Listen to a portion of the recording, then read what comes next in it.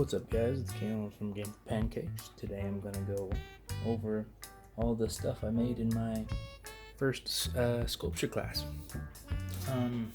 This class mostly covered how to cast things, and then make molds of them in different materials, stuff like that.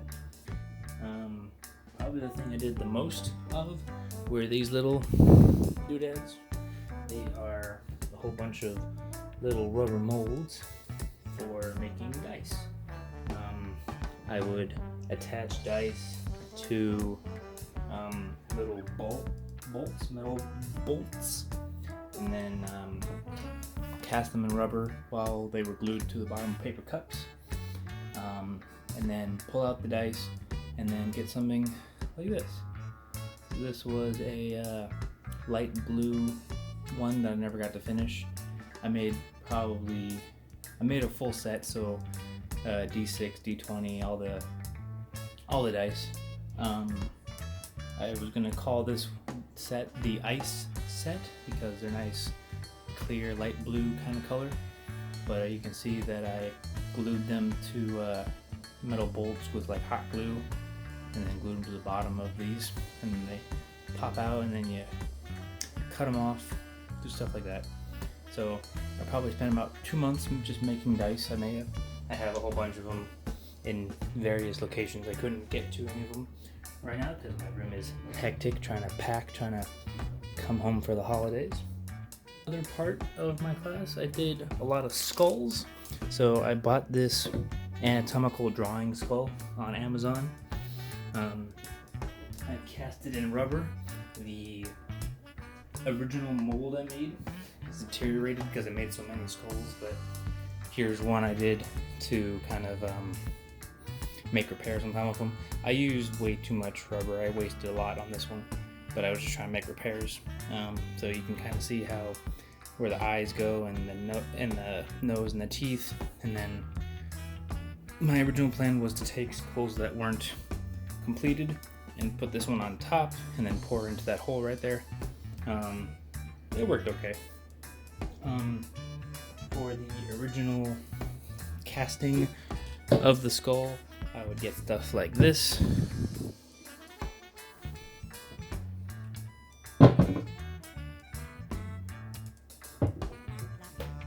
Just solid colors.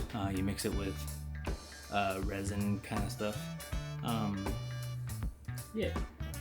The original mold of the skull is this. It's a dark brown wax that I would use to make other molds, such as this one.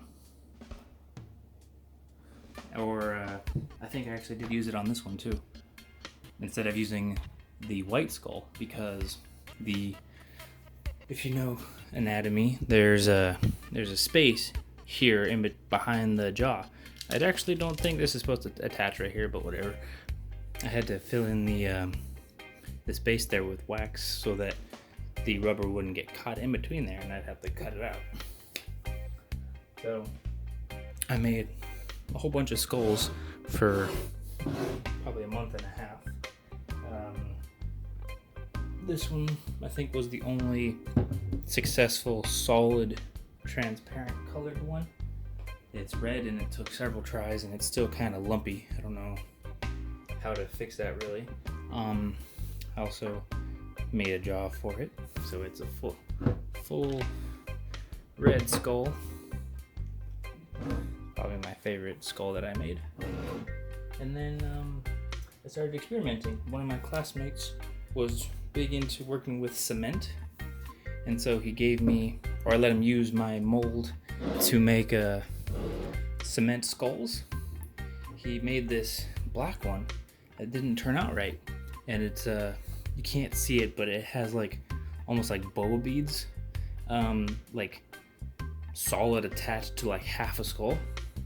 I think there was some weird boiling happening inside the cement or whatever, but I put it back in the mold and poured this greenish blue resin on top of it, and it came out pretty cool. Kind of has this ocean vibe to it, which I like. Another cement skull. Let me move the camera. The this is what the cement was supposed to look like. It's kind of a flat black to grayish. This one looks gnarly, but it leaked a little bit, so it leaked down from the top to here. So I poured in some yellowish orange resin, so it came out kind of this honey colored, which I like.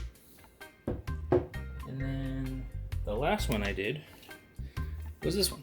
This one didn't cast right. You can kind of see a seam here.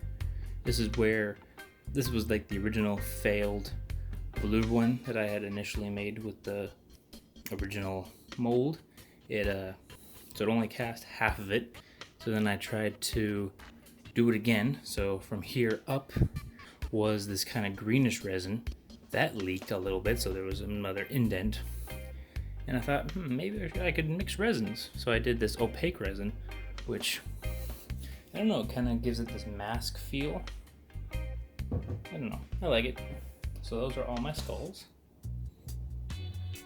Next we did a bronze project, which is very heavy. It is a Elite from Halo. In Halo 5, just a quick detour into why I was so anal about this. The Halo 5 Elites look funny. On the planet St. Helios, they have these giant marble statues or granite statues carved into the canyons in their home planet. Their heads are carved gigantic compared to every other iteration of the Elite, so I wanted to make a version of it where the body actually looked right.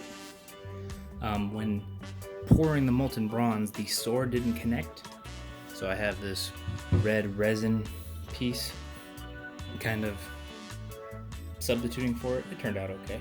It's very heavy. It's solid bronze. This thing was, I had to pay for them scrap bronze, so this was pretty pricey. But yeah, it's big paperweight. For the final thing we did, I made this thing. So it's not carved.